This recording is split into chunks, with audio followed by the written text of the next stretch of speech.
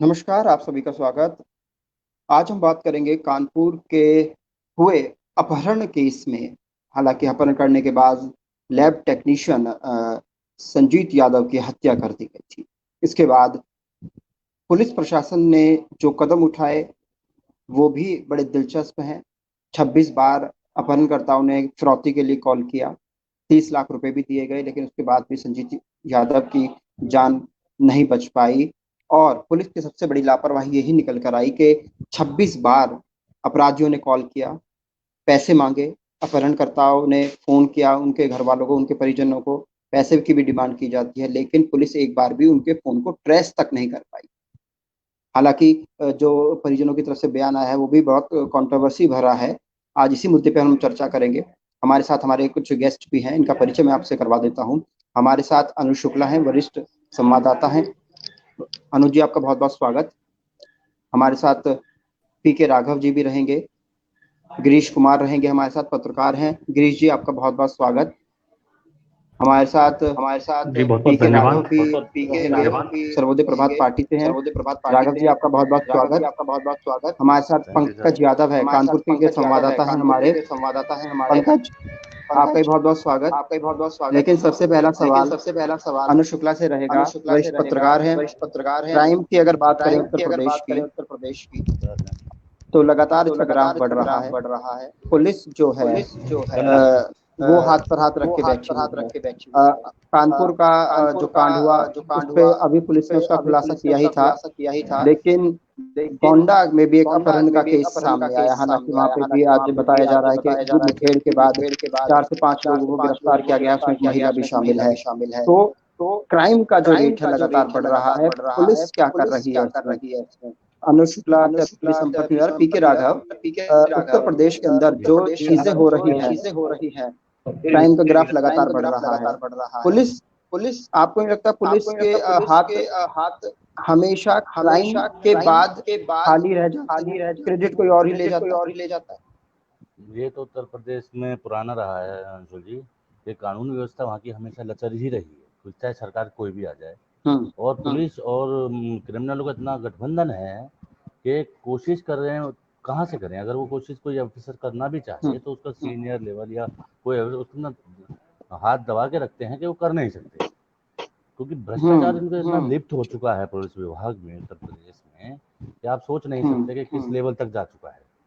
ये छोटे लेवल पे नहीं, बहुत हाई लेवल तक है इसमें करप्शन, बहुत हाई लेवल तक है। जो गठजोड़ जो है इनका क्रिमिनल, अब देखिए विकास दुबे से लेकर बहुत सारी घटनाएं लगातार हुई हैं, पत्रकारों पर अटैक हुए हैं और सोशल वर्करों पर अटैक हुए हैं, लेकिन आज तक कोई सुनवाई हुई है क्या? कोई सुनवाई नहीं हुई किसी की भी।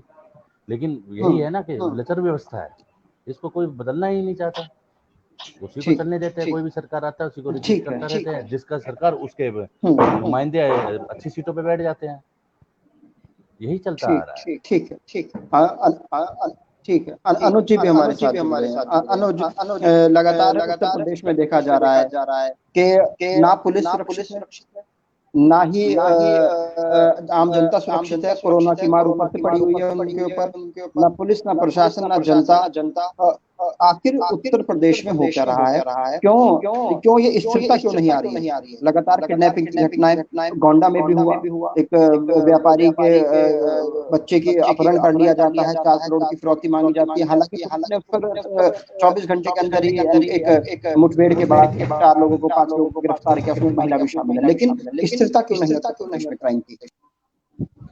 हाँ बिल्कुल, देखिए अंशुल, अगर हम शुरुआत से, जब से नई सरकार का यूपी में गठन हुआ है, तब से अगर हम नजर डालें तो पुलिस के इकबाल को कायम करने के लिए तमाम तरह के बड़े कदम उठाए गए।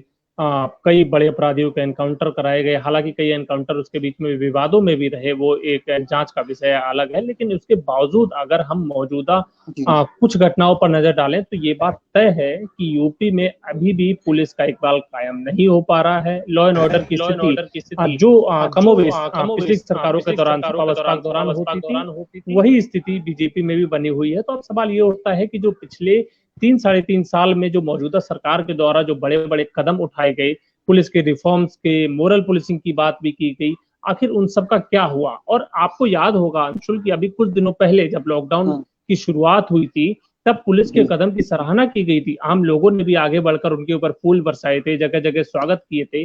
अब उसी पुलिस पर सवाल क्यों उठ रहे हैं? तो निश्चित तौर पर पुलिस की जो कार्य प्रणाली है उसी की वजह से सवाल उठ रहे हैं। जिस चर्चा पर हम आज डिस्कस कर रहे हैं कानपुर के बर्रा कांड को लेकर, उसमें कहीं ना कहीं पुलिस की मिली भगत जरूर नजर आती है, और यही वजह है कि सरकार को भी आनंद फानन में एक आईपीएस और एक पीपीएस सहित 11 पुलिसकर्मियों को सस्पेंड करना पड़ गया। लेकिन सवाल ये उठता है कि पुलिस बड़े अधिकारियों पर सख्त कार्रवाई करने से क्यों बच रही है? कोई भी घटना लीजिए, एसएसपी का सिर्फ ट्रांसफर हो जाता है, डीएम से कोई जवाब नहीं मांगा जाता है। देखने को मिला बिल्कुल, विक्रम जोशी हत्याकांड में भी यही देखने को मिला।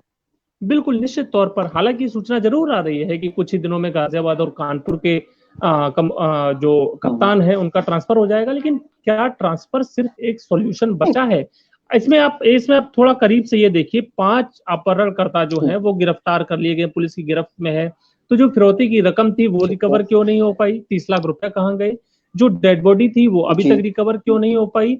और उसके बावजूद उनके जो परिजन हैं, जो परिजन है, उन्होंने तो आरोप लगाया है कि पुलिस ने कहा था कि आप 30 लाख रुपए इकट्ठा कीजिए और जमा कीजिए। हालांकि वो भी एक जांच का विषय है, क्योंकि वीडियो भी कल रात वायरल हुआ कि उसमें जो उनके पिता है, जो संजीत के जो पिता है, उन्होंने कहा कि हम कुछ हमने नकली नोट भी रखे थे। लेकिन जो उनकी जो परिजन और जो दूसरे परिजन है ना, उन्होंने आरोप लगाया कि पुलिस ने कहा था कि आप पैसे दीजिए, और जब उन्होंने कहा कि भाई पैसे नहीं है हमारे पास, तो पुलिस ने उनको सलाह भी दी कि कैसे कैसे आप पैसों का इंतजाम करें। तो कहीं ना कहीं पुलिस ने तो पहले ही हथियार डाल दिए थे इस पूरे केस में। हाँ, बिल्कुल, निश्चित तौर पर बहुत बड़ी चूक है पुलिस की। और सबसे बड़ी बात यह है कि ऐसा बहुत कम देखने में आया है कि पुलिस खुद ये थ्योरी बनाए कि आप फिरौती की रकम ले जाइए, आप फिरौती की रकम दीजिए और हम उसे वहीं पर पकड़ लेंगे। अगर ये वादा किया भी गया था परिजनों से, तो क्या ये वादा झूठा था? क्या पुलिस का वर्कआउट पूरा नहीं था? और या फिर जो अपहरणकर्ता थे उनसे कहीं ना कहीं मिली भगत थी? आप अंशुल एक तारीखों पर नजर डालिए। ये जो घटना है जून के आखिरी सप्ताह की है, और जो एक्शन लिया जाता है वो सरकार के द्वारा वो जुलाई के लास्ट वीक में लिया जाता है। तो निश्चित तौर पर एक बात तो तय है कि अगर मीडिया में हाइप नहीं मिलता, अगर पुलिस की किरकिरी नहीं होती, तो क्या सरकार या सरकारी नुमाइंदे अपने कान में रुई डालकर बैठे रहते? सवाल यह है, एक और बड़ा सवाल है यहाँ पर अंशुल, कि आमतौर पर देखने को मिल रहा है कि ये सरकार अफसरशाही के दम पर चल रही है। यहाँ आम जनता की पहुंच नेताओं तक, अपने जनप्रतिनिधि तक या सरकार तक हम कहें कि नहीं है। और जब जो सरकार जो पिछले कुछ सरकारों के मेरे कवर करते हुए जो अनुभव रहे हैं, उसके आधार पर मैं कह सकता हूं कि जो सरकार सिर्फ अफसरशाही के इनपुट पर चलती है, उसका लगभग यही हाल होता है जो आजकल हो रहा है। ठीक है। लेकिन अनुज, अगर बात कर ली जाए तो उसके परिवारजन जो थे, उन्होंने आरोप लगाया पुलिस के ऊपर कि लगभग 26 बार कॉल आया अपहरणकर्ताओं का फिरौती के लिए, और जगह बताने के लिए फिरौती के पैसे आपको कहाँ देने हैं, किस तरीके से देने हैं। 26 बार कॉल आने के बाद क्या पुलिस एक बार भी उस नंबर को ट्रेस नहीं कर पाई? जबकि हमने दूसरे मामलों में देखा है कि आप 10 सेकंड की कॉल के बाद ही आप ट्रेस कर लेते हैं किसी भी नंबर को, और उसके घर तक का पता निकलवा लेते हैं। खुद हमारे साथ भी हम भुक्तभोगी हैं इस चीज के। लेकिन जब एक जिस पर दबाव नहीं होता जिन केसों पे पुलिस के ऊपर, उसमें पुलिस ठंडे एक तरीके से काम करती है, वो बड़ा इग्नोर करने वाला उनका तरीका होता है। लेकिन जैसे ही अधिकारियों का दबाव आता है, ऊपर से नेताओं का दबाव आता है, राजनीतिक पार्टियों का दबाव आता है, तब वो आनंद फानन में कार्रवाई करती है। तो ये ढुलमुल रवैया पुलिस का कब तक चलता रहेगा? और हालांकि जो भुगत रही है तो जनता ही भुगत रही है ना इन सब चीजों को। तो बिल्कुल, देखिए, ये बात तो सरकार ने भी मानी है जब मुख्यमंत्री ने कल अपने खास अधिकारियों के साथ बैठक की और अपर मुख्य सचिव गृह को ये आदेश दिए गए कि एडीजी जो जांच करने जाएं, उनका एंगल सबसे पहला यही होना चाहिए कि क्या सर्विलांस पर उनके नंबर्स को नहीं लगाया गया था, अगर लगाया गया था तो ट्रेस क्यों नहीं हुए। अब सवाल यह है कि जांच किस डायरेक्शन में आगे बढ़ती है। लेकिन मुझे लगता है कि अगर पिछले जो पुलिस के ऊपर जो जांच बैठी है उनमें कुछ घटनाओं पर अगर आप नजर डालेंगे तो फाइनल आउटपुट यही निकलता है कि कुछ जो छोटे स्तर के सिपाही, दरोगा, एएसआई, इन पर गाज गिर जाती है, लेकिन बड़े अधिकारियों का कुछ भी नहीं होता, क्योंकि आईपीएस लॉबी का जो गठजोड़ है वो किसी भी बड़े अधिकारी पर कार्रवाई नहीं करने देता है। और दूसरी बात, जहां तक पुलिस की हीला हवाली की, लापरवाही की बात है, तो निश्चित तौर पर जब पुलिस को फ्री हैंड दिया जाएगा, जब पुलिस को जनप्रतिनिधि से भी ऊपर बिठाला जाएगा, तब यही हाल होगा। ठीक है, आपने बहुत सही बात की। हमारे साथ गीता जी हैं, गीता गंगोत्री हैं, सोशल एक्टिविस्ट हैं, जनता की आवाज बनी रहती है समाज में। गीता जी, क्या आपको लगता है कि उत्तर प्रदेश जैसे इतने बड़े स्टेट में पुलिस और जब आम जनता के बीच में जो कम्युनिकेशन गैप होता है और उनके ऊपर दबाव होता है नेता के सबसे पहले काम को करने का, नेताओं के जो मुद्दे हैं उनको सुलटाने का, आपको नहीं लगता कि इस दबाव में ही जो पुलिस है वो जनता के जो सुरक्षा देने की जो उनकी नीति है, उनको क्राइम को कम करने की उनकी जो प्रण होता है, उस पर वो वहां से अपना दिमाग हटाकर सिर्फ नेताओं की चापलूसी करने में अपने आप को व्यस्त कर रखते हैं? बिल्कुल सही कहा कौशिक जी आपने, क्योंकि पुलिस की अगर मंशा सही हो कि मुझे अपराधियों को पकड़ना है तो वो हर हाल में पकड़ लेते हैं, ठीक है। लेकिन यहाँ पे मुझे लगता है पहली बात कि उत्तर प्रदेश की अगर हम बात करें तो वहां पे जो अपराधी भी हैं वो देखे जाते हैं कि वो किस पार्टी से हैं। अगर विपक्षी के लोग हैं, विपक्ष के लोग हैं या वैसे रसूखदार लोग हैं तो वो तो ऐसे छूट जाते, उन पे तो कार्रवाई नहीं होती। आप इस केस में देखिए जो कानपुर का बर्रा केस जो अनुज शुक्ला जी को मैं बड़ी ध्यान से सुन रही थी और उन्होंने एक एक बात बड़ी बारीकी वाली बात उन्होंने कही कि फोन को अगर आप सर्विलांस पे डालते हैं तो वो तो ट्रेस होते रहता है। आप पुलिस वाले होके पैसे जुगाड़ करवा रहे हैं, क्रिमिनल को पैसे पहुंचवा रहे हैं और फिर बोलते हैं कि अब चलिए जी, अब यहाँ से चलिए। नीचे पुल के नीचे कभी ऐसा देखा? हमने तो फिल्मों में भी नहीं देखा। सीआईडी देखिए, क्राइम पेट्रोल देखिए, सावधान इंडिया देखिए, उसमें हमें जो चीजें दिखाई जाती, क्या पुलिस उससे नहीं सीख सकते? उत्तर प्रदेश जो 2012 में 24वें स्थान पे था अपराध में, आज वो शीर्ष पे है। बात बात पे यहाँ गोली चल जाती है, बेवजह जो है वो लोग पीटे जाते हैं जो कि उनका अपराध से दूर दूर तक कोई रिश्ता नहीं होता है। और हमेशा कोई भी अभी एक पे हम चर्चा करने के लिए बैठे हैं अंशुल जी, और कल फिर एक गोंडा का एक और अपहरण आ गया। तो अपहरण, हत्या और रेप, ये तीनों मामले जो हैं उत्तर प्रदेश में शीर्ष पे हैं। और पुलिस में कम से कम 20 साल 25 साल पहले होते थे, वो अब दोबारा से वो क्राइम है। अपहरण का ग्राफ पहले यूपी बिहार में इतना बड़े लेवल पर था, हालांकि पिछले 20 से 25 साल में वो ग्राफ डाउन हुआ, लेकिन दोबारा से वो उठने लगा है ग्राफ। तो कहीं ना कहीं जो नीति है सरकारों की, पुलिस प्रशासन की कि हम आपको सुरक्षा देंगे, उनकी पोल खुल रही है। हमारे साथ नक्कू यादव है, समाजवादी पार्टी से हैं। यादव जी, उत्तर प्रदेश में आखिर चल क्या रहा है? अपहरण पे अपहरण हो रहे हैं, पुलिस वालों की हत्याएं की जा रही हैं, नेता अपने आकाओं के दबाव में हैं, साक्षात ब्राह्मणवाद, ठाकुरवाद का जो मुद्दा है वो मुंह बाए खड़ा हुआ है उत्तर प्रदेश में। आखिर चल क्या रहा है और विपक्ष क्या कर रहा है इस पूरे मामले पर? देखिए, ऐसा है कि ये जो कानपुर की घटना हुई, ये कहीं ना कहीं जो स्थिति दिखाई पड़ रही है कि ये घटना हुई 22 जून को। 22 जून को उस नौजवान का अपहरण होता है, 26 जून को उसकी हत्या हो जाती है और 13 जुलाई को पुलिस के पास सामने जब लोग पहुंचते हैं, 29 जून को उनके पास फोन आता है जब फिरौती के लिए कि 30 लाख रुपया दे दो। मतलब हत्या हो गई है 26 को और वहां पर फोन आ रहा है 29 जून को। आप समझिए चीज को। और प्रशासन के पास जब लोग जाते हैं, परिवार जाता है, तो प्रशासन वहां क्या उनको सजेस्ट करता है कि आप 30 लाख रुपए की व्यवस्था कर लीजिए और चल करके हम लोग अपराधी को पकड़ लेंगे। आप बताइए, क्या ये सही तरीके से पुलिस द्वारा किया गया ये कृत्य कहीं से सही आपको नजर आता है? कौशिक जी, हमारी बात को अन्यथा मत लीजिएगा, लेकिन ये बताइए कि उत्तर प्रदेश की पुलिस जिस तरीके से कानपुर के अंदर इतनी बड़ी घटना आप बात कीजिए तो आप दुबे की हुई, मुद्दा उठा बिल्कुल हमारी पार्टी के माननीय प्रदेश अध्यक्ष कल उनके आवास पर भी गए, जो संभव उनकी मदद हो पाई पार्टी के द्वारा उनकी मदद भी की गई, और आगे समाजवादी पार्टी ऐसे तमाम चीजों में पूरी ईमानदारी के साथ खड़ी है और उनकी लड़ाई को लड़ने के लिए तैयार है। लेकिन आप समझिए कि पुलिस जिस तरीके से उत्तर प्रदेश की आज हो गई है, आज ये लगता नहीं है कि अपराधी से ज्यादा डर तो लोगों को पुलिस से है। जिनसे हमें सुरक्षा मिलती थी, हमको उन्हीं से डरना पड़ रहा है। लोग आज उत्तर प्रदेश के जो हालात हो गए हैं कि यहाँ नौजवान जी, कानपुर में तो पुलिस भी सुरक्षित नहीं है, कानपुर जिले में तो पुलिस भी सुरक्षित नहीं है। तो सरकार क्या कर रही है? 10 पुलिस वालों की हत्या कर दी जाती है।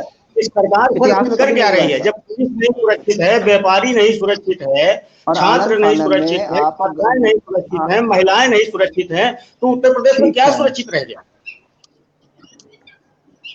है? ना सुरक्षित राजनीति सुरक्षित है, सरकार के लोग सुरक्षित है, नेताओं की कुर्सी सुरक्षित है वहाँ पे, उन्हीं के लिए तो पुलिस है ना। पुलिस तो सिर्फ एक कुछ रसूखदार लोगों के लिए ही है, उनकी चापलूसी के लिए है। हम तो सिर्फ उनको टैक्स देने के लिए हैं। कुर्सी सुरक्षित है, आप कुर्सी भी सुरक्षित है, उनके लोग सुरक्षित है, उनके अपराध के सारे मामले जो है वो डिलीट कर दिए जा रहे हैं। सुन लेते हैं गीता जी सुन लेते हैं एक मतलब बिल्कुल है लोगों के अंदर। ठीक है, तो जो ये भय का जो वातावरण है, तो मैं ये अंदर लोग अपने आप को कितना सुरक्षित मानेंगे, यही सवाल है। ठीक है, हमारे साथ पंकज यादव है, संवाददाता है कानपुर से ही है। पंकज, अगर बात करनी चाहे, ठीक हाँ पंकज जी, अगर ग्राउंड की बात करी जाए, कानपुर में अभी क्या स्थिति है? क्योंकि पहले विकास दुबे का जो कांड हुआ, 10 पुलिस वालों की हत्या कर दी जाती है, फिर एक अपहरण कर दिया जाता है और पुलिस हाथ पे हाथ रख के बैठी रहती है। अब जो अगर ग्राउंड पे अगर बात की जाए, ग्राउंड पे क्या लोगों के अंदर अब पुलिस को लेके जो एक तस्वीर जो बनी है, उस तस्वीर क्या कहती है वो?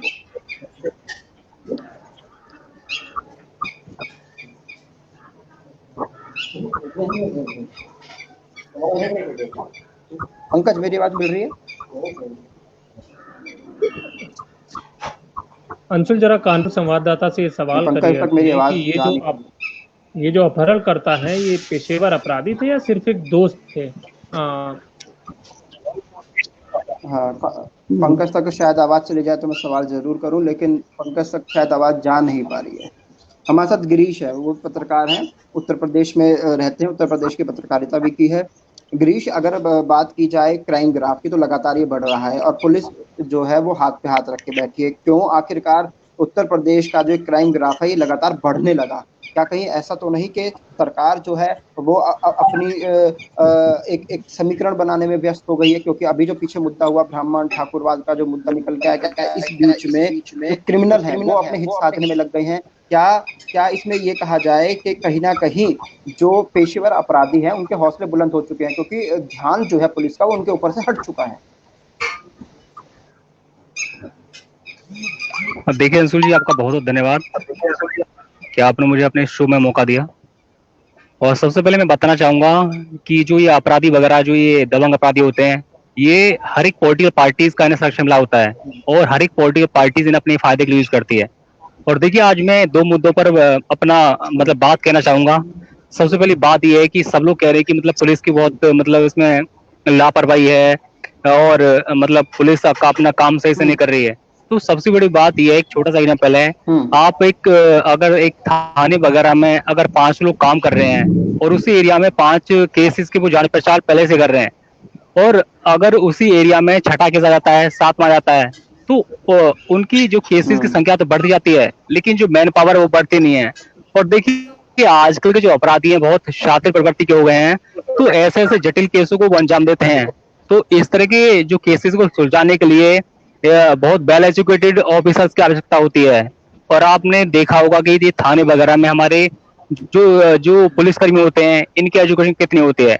तो सबसे बड़ी बात यह है कि अगर अपराधी को किसी और अरेस्ट करना है तो उसके लिए अलग पुलिसकर्मी होनी चाहिए, और इस तरह के जो जटिल केसेस होते हैं उनकी इन्वेस्टिगेशन के लिए अलग से कुछ IAS मतलब कुछ बड़े अधिकारी अपॉइंट हो, जिससे कि वो जल्दी से मामले की इन्वेस्टिगेशन करके उसका सॉल्यूशन कर सकें।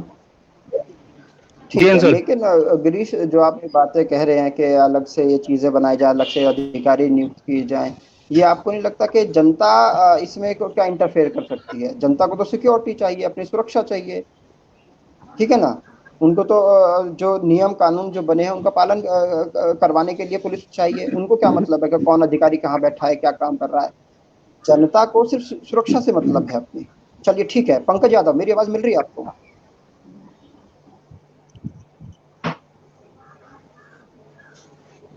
पंकज, मेरी आवाज मिल रही है?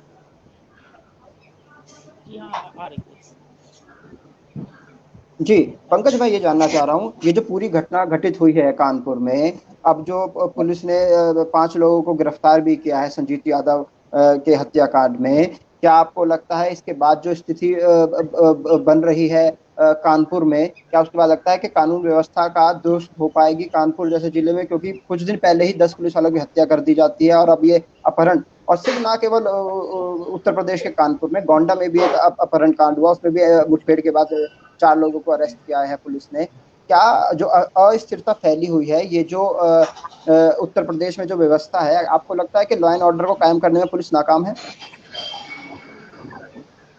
बिल्कुल सिर्फ पुलिस पूरी तरह से नाकाम हो चुकी है, ये पूरी कानून व्यवस्था एकदम सरबरा गई है। कानून है 22 जून अपहरण होता है, 23 जून को थाने में रिपोर्ट की जाती है, लेकिन नहीं देती है, और 27 को सतीश यादव की हत्या कर दी जाती है। इसके बाद 30 जून को बराबर फोन आते हैं कि आती है आप 30 लाख रुपए नहीं देंगे तो हम सतीश यादव को मार देंगे। लेकिन पुलिस ने बार बार कहा, ध्यान नहीं देती है। 5 जून को धरना प्रदर्शन होता है, 12 जुलाई को फिर की जाती है, लेकिन पुलिस गोल गोल घूमती रहती है और 30 लाख रुपए दिलवा देती है अपहरणकर्ताओं को बैंक द्वारा। उसके बाद में पता चलता है कि पांडु नदी में उसको मार के फेंक दिया गया है, लेकिन अभी तक लाश की बरामदगी नहीं हुई है। 22 जून को पुलिस फिर घुमाती है, ये नहीं बताती है कि 5 लोगों को गिरफ्तार किया, लेकिन इस बात को घुमाती है उनकी हत्या हुई है कि नहीं हुई। सोशल मीडिया पर ये अफवाहें आने लगती है कि संजीत यादव की हत्या हो गई है, जिसके बाद पुलिस रात में वीडियो द्वारा बताती है कि हत्या कर दी गई है, हम कार्रवाई कर रहे हैं। आरन थाने से हमारे सस्पेंड करते हैं एसपी अरपड़ा गुप्ता, IPS अधिकारी अरपड़ा गुप्ता, CO मनोज गुप्ता को निलंबित कर दिया जाता है। अपराधी कानपुर में बेखौफ घूम रहे हैं, चेन स्केचिंग हो या लूट हो, पुलिस की बिठौर वाली घटना को ध्यान, चौपेपुर वाली घटना को भूल चुकी है। जैसे ये सके पुलिस पर हमला हुआ था, 8 लोगों की 8 पुलिस वालों की हत्या हो गई थी, इसके बाद भी पुलिस लापरवाही बढ़ती जा रही है। पंकज, ये जितने लोग अब पुलिस ने गिरफ्तार किए हैं, क्या ये कोई पेशेवर अपराधी थे? क्योंकि बताया जा रहा है ये संजीत के दोस्त ही थे, और कुछ दिन पहले ही इनसे दोस्ती हुई थी, और एक जो है ज्ञानेंद्र नाम का एक जो इनका दोस्त था संजीत का, उसकी जन्मदिन की पार्टी के बहाने उसको घर से बाहर बुलाया गया था। इसमें बताया जा रहा है कि उन्हीं के संग काम करते हैं, जो पहली रिपोर्ट आई है काम करते हैं। दोस्त को पहला उसका अपहरण कर दिया। 2 लोग दोस्त जिसमें एक महिला शामिल है, जिसने कबूल किया है कि हमने सबसे उनको जो यादव भागने की कोशिश कर रहे थे, अपराध छोड़ने की कोशिश कर रहे थे, उसके बाद 27 जून की सवेरे हमने उसकी गला दबाकर हत्या कर दी। तो उनके करीबी लोग हैं, परिचित लोग बताए जा रहे हैं। रिपोर्ट की सूचना दी गई, पुलिस बताएगा। ठीक है, ठीक है, ठीक है। अनुज, अभी जैसे आपने सुना कि कोई पेशेवर इतने बड़े अपराधी नहीं थे ये लोग, लेकिन इन्होंने सिर्फ एक अपहरण और उसके बाद एक पैसे के लिए अपहरण किया जाता है, लेकिन उसके बाद हत्या भी कर दी जाती है। तो कहीं ना कहीं ये जो क्राइम है ये बहुत संगीन क्राइम है, और ना केवल संगीन ये सिर्फ उत्तर प्रदेश के लिए बल्कि एक समाज के लिए भी है हमारे। अंशुल जी, एक बात मैं कहना चाहूंगी, अगर ये जो थे वो अपराधी नहीं थे, सातिर अपराधी नहीं थे, और जब इनको पकड़ना पुलिस के लिए मुश्किल हो गया, इनको ट्रेस करना मुश्किल हो गया, तो जो सख्तर अपराधी हैं, जो बरसों से लिप्त हैं, उनको कैसे पुलिस पकड़ेगी भाई? उन तक कैसे पहुंचेगी? ये तो विकास दुबे उदाहरण तो है ना, पुलिस उत्तर प्रदेश में विकास दुबे यही तो उदाहरण है। हाँ, तो नहीं, आप तो पहले डिसाइड कर लीजिए ना कि अपराधी है कौन। ये पुलिस डिसाइड नहीं करते कि अपराधी कौन है, ये डिसाइड कोई और लोग करते हैं। पुलिस बैठी रहती है हाथ पे हाथ धर के ऑर्डर के लिए कि ऑर्डर आए, ऊपर से फोन आ रहा है, ये बेचारे निकलते रहते हैं और फोन आ जाता है कि नहीं भाई आप बैक हो जाइए, बैक हो जाते हैं। अंशुल, अगर वो पेशेवर अपराधी नहीं थे तो एक तो लॉ एंड ऑर्डर के लिहाज से एक पॉजिटिव साइन ये है कि अपहरण जो उद्योग था यूपी में और बिहार में, या खासतौर पे आज हम यूपी की बात कर रहे हैं, तो वो शुरू नहीं हुआ है। लेकिन एक नेगेटिव साइड इसकी ये भी है कि जिस तरह से कानपुर में अपहरण हुआ, गोंडा में अपहरण हुआ, उसको देखते हुए जो अपहरण करने वाले पुराने अपराधी थे, जो कानून के डर से ठंडे होकर अपने अपने घरों में बैठ गए थे, क्या वो एक बार फिर से उनके हौसले बुलंद नहीं होंगे? जहां तक अभी तक आपके पैनल में जुड़े हुए हैं पत्रकार गिरीश बता रहे थे कि बहुत ज्यादा सेटअप नहीं है पुलिस के पास, तो मैं कम से कम इतना बता सकता हूं कि अगर हम पिछली दो सरकार को और पिछली सपा सरकार को ही कहीं ऐसा ना हो कि दोबारा शुरुआत हो। बिल्कुल निश्चित तौर पर इस बात की आशंका बनी हुई है। और जिस तरह से पुलिस का जो ढुलमुल रवैया है, जो लचीला रवैया है, जिसमें वो दोस्तों तक को नहीं पकड़ पा रही है, उससे कम से कम हौसले उन लोगों के बुलंद होंगे जो पेशेवर अपराधी हैं, जो अपहरण करने का मादा भी रखते हैं, फिरौती की नीयत भी रखते हैं। तो उन लोगों को हौसले जरूर इस घटना से बुलंद होंगे। लेकिन अब क्यों ना पुलिस रिफॉर्म पर बात की जाए। अगर पिछली सरकार की बात करें तो पिछली सरकार ने पुलिस को मजबूत करने के लिए कई बड़े कदम उठाए थे। साइबर सेल का गठन भी हुआ था, साइबर थाने भी अलग किए गए थे और पुलिस के हेडक्वार्टर भी बनाया गया था। हर जिले में 40-40, 50-50 यूपी डायल 100 की गाड़ियां भी पहुंचाई गई थी। लेकिन इस सरकार में शुरुआत से लेकर अभी तक जो देखने को मिल रहा है केवल ये कि एनकाउंटर कर दो, एक खौफ कायम करो। ये थ्योरी बिल्कुल सही है कि पुलिस हर आदमी, लेकिन अनुज, मेरा एक सवाल इसी के बीच में है, क्या खौफ के पीछे कायम करने के बाद मोरल पुलिसिंग का भी ख्याल करना होगा? हम लोकतंत्र में जी रहे हैं। अगर जी ये तो कोर्ट का भी डिसीजन है, सवाल ये सुप्रीम कोर्ट ने भी बात कही है कि जो अपराधी होते हैं, इसमें कहीं ना कहीं जो व्यवस्थाएं हैं देश की, प्रदेश की, वो भी कहीं ना कहीं शामिल होती हैं। तो आप ये कैसे कह सकते हैं कि खौफ कायम कर दो तो अपराध खत्म हो जाएगा? अंशुल, यही सवाल है। मैं यही अपनी बात पूरी करने जा रहा था कि हम लोकतंत्र में जी रहे हैं, एक लोकतांत्रिक व्यवस्था में जी रहे हैं, और पुलिस आर्मी नहीं है, उनके कोई दुश्मन नहीं है। उन्हें लोगों के बीच में शांति बनानी है, कोई किसी से बदला नहीं लेना है, किसी से कोई दुश्मनी नहीं निभानी है, वो बॉर्डर पर तैनात नहीं है। पुलिस को मोरल पुलिसिंग का ख्याल रखना होगा। और एक्स डीजीपी थे सुलखान सिंह, इसी सरकार ने बनाया था। सुलखान सिंह अक्सर ये कहा करते थे कि मेरी पूरी लाइफ निकल गई ट्रेनिंग पीरियड में, ट्रेनिंग देते देते पुलिस को मोरल पुलिसिंग सिखाते। लेकिन जब पुलिस थाने में जाता है, कोई भी नया सिपाही से लेकर दरोगा तक, इंस्पेक्टर तक, जब वहां की कार्यप्रणाली को देखता है, जब रिश्वत का चस्का लगता है, जब भ्रष्टाचार का उसमें तड़का लगता है, तब पुलिस की जो कार्यप्रणाली होती है वो यही कार्यप्रणाली है जो आज की डेट में न केवल पुलिस को बल्कि पूरे सरकार को सवालों के घेरे में किए। वो मुंह से ठाए वाली आवाज निकालने वाली वीडियो भी हमने देखी थी। खैर ठीक है, आपने सही याद दिलाया। नक्कू जी, आखिरी कमेंट आप कीजिए कि आपको लगता है कि उत्तर प्रदेश में अब जो सुरक्षा का जो चक्र एक तैयार किया गया था, एक व्यवस्था जो तैयार की गई थी कानून की, आपको जब एक उसमें लगता है कहीं ना कहीं अब अपराधियों ने सेंध लगाना शुरू कर दिया है? जी कौशिक जी, बहुत गंभीर प्रश्न किया आपने। लेकिन मैं एक बात कहना चाहूंगा यहाँ पर कि यहाँ जो है की पुलिस प्रणाली जो दिख रही है, वो एक कहावत है कि रक्षक और भक्षक। जब रक्षक ही भक्षक बन जाएगा तो कैसे कहीं पर व्यवस्थाओं को आप सुचारू रूप से चला पाएंगे? ये पहला प्रश्न है मेरा। दूसरी बात ये है कि आप समझिए, चाहे विकास दुबे का प्रकरण हो और चाहे इस बच्चे का प्रकरण हो, संजीत का, दोनों प्रकरण में आप एक चीज को देख लीजिए कि जो गौर करने वाली चीज है वो चीज यह है कि दोनों प्रकरण में पुलिस की सहभागिता जिस प्रकार से दिखाई गई है, वहां पर विकास दुबे के संपर्क में वहां भी पुलिस थी, और यहाँ भी आप देखिए कि आप बताइए कैसे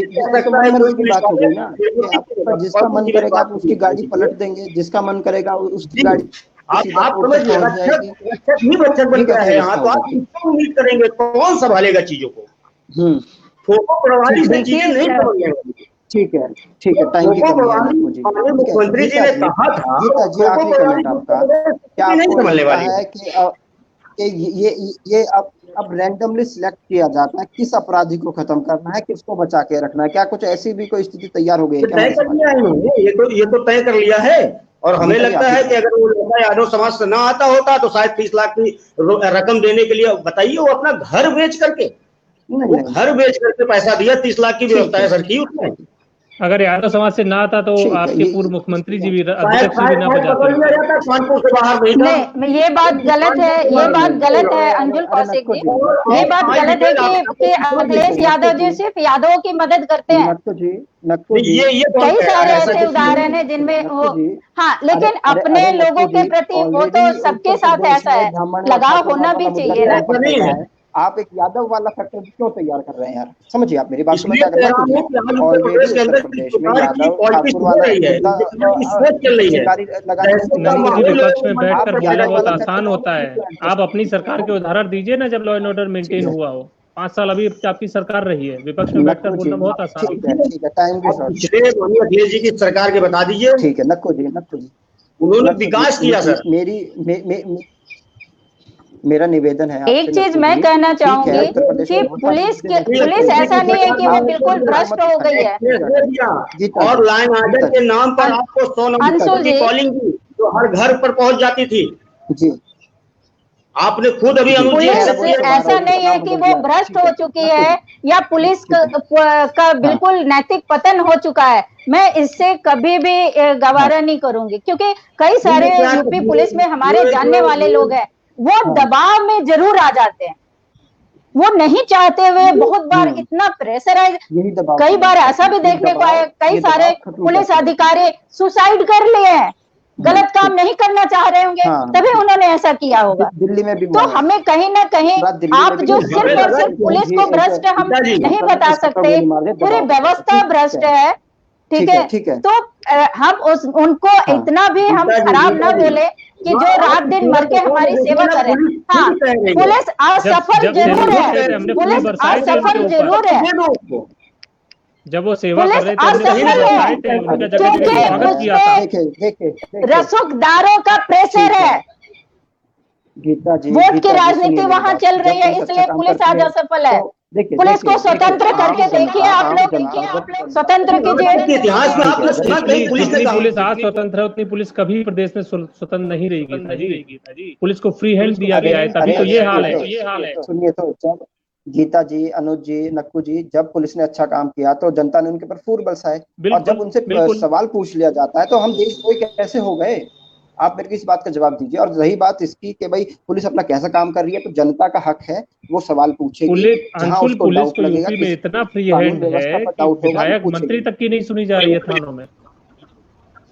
सही बात है, नहीं सुनी जानी चाहिए। क्यों सुने? पुलिस अपना काम तो करना चाहिए ना पुलिस को।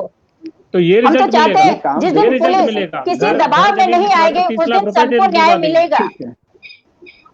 ठीक है, तो 30 लाख रुपया उनके पिता ने, संजीत यादव के पिता ने खुद से नहीं दिया, पुलिस वालों के कहने पे उन्होंने कहा कि भाई अगर आपको अपने बेटे की जान बचानी है तो पैसे का जुगाड़ करना पड़ेगा। और कौन बाप होगा जो नहीं करेगा? अंशुल जी बताइए, कौन बाप होगा जो नहीं चाहेगा कि हम पूरा बेच के भी अपने बच्चे की जान बचाएं? हम और आप भी रहेंगे तो हम भी ऐसे ही करेंगे। सुनिए और आज तो जान बच कर देना, 30 लाख रुपया है कहाँ? आप मेरे को बताएंगे 30 लाख रुपया वो है कहाँ? अगर वो रिकवर हो भी जाते हैं, क्या उसके घर वालों को वो कल की तारीख में मिल पाएंगे वापस पैसा? क्या वो पैसा जब तक सरकारी खाते में जमा हो जाएगा, जब तक केस चलता रहेगा, और केस ना जाने 10 साल 20 साल 50 साल कितने साल चले, इसका कोई नहीं बता सकता। ठीक है ना, हमारे पास टाइम की शॉर्टेज थी। गिरीश, आपका आखिरी कमेंट आप कीजिए, फिर वाइंड अप कर रहे हैं।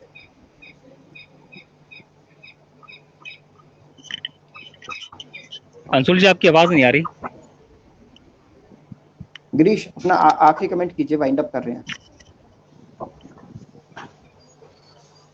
हाँ देखिए अंशुल जी, मैंने चलिए ठीक पहले भी बोला है ये कि तो सबसे बड़ी भूल जाइए कि जो वो सबसे 30 लाख बड़ी जो रुपया आवश्यकता है वो ये है कि जिस तरह से आए दिन अपराध बढ़ रहे मिलेगा, हैं, उन्हीं की अनुपात में हमारे पुलिस रिकवरी के बाद भी कर्मियों की नहीं संख्या मिलेगा, बढ़ाने की आवश्यकता है। ना कभी मिला और है। जिस तरह से जो अपराधी वगैरह हैं वो इतने अपने मतलब शातिर प्रवृत्ति के हो गए हैं, उन्हीं के अकॉर्डिंग हमारा पुलिस फोर्स में सुधार करने की आवश्यकता है, क्योंकि उसके बाद ही हम एक्सपेक्ट कर सकते हैं कि इस तरह की जो आए दिन जो क्राइम बढ़ रहा है उसको घटा जा सकता है। ठीक है, चलिए आपका बहुत बहुत शुक्रिया। गीता जी आपका बहुत बहुत शुक्रिया। अनु शुक्ला जी आपका बहुत बहुत शुक्रिया। नक्कू यादव जी समाजवादी पार्टी से थे, आपका बहुत बहुत शुक्रिया। पंकज आपका भी बहुत बहुत शुक्रिया। आप बने रहिएगा इस खबर पर, दूसरी खबर पर भी। गिरीश जी आपका भी बहुत बहुत शुक्रिया, आपने समय निकाला और हमारी डिबेट का हिस्सा बने। लेकिन सवाल आज यही है कि उत्तर प्रदेश में क्यों लॉ एंड ऑर्डर की जब बात आती है तो क्यों गाड़ी पलटनी शुरू हो जाती है। जब लॉ एंड ऑर्डर की बात आती है, क्यों सरकारी व्यवस्थाओं पर आम जनता का विश्वास जो है वो कम होने लगता है। यही एक सवाल है और इसी सवाल का जवाब हम ढूंढने की कोशिश कर रहे हैं और लगातार करते भी रहेंगे। फिलहाल इतना ही, कल फिर आएंगे एक नए मुद्दे के साथ। नमस्कार।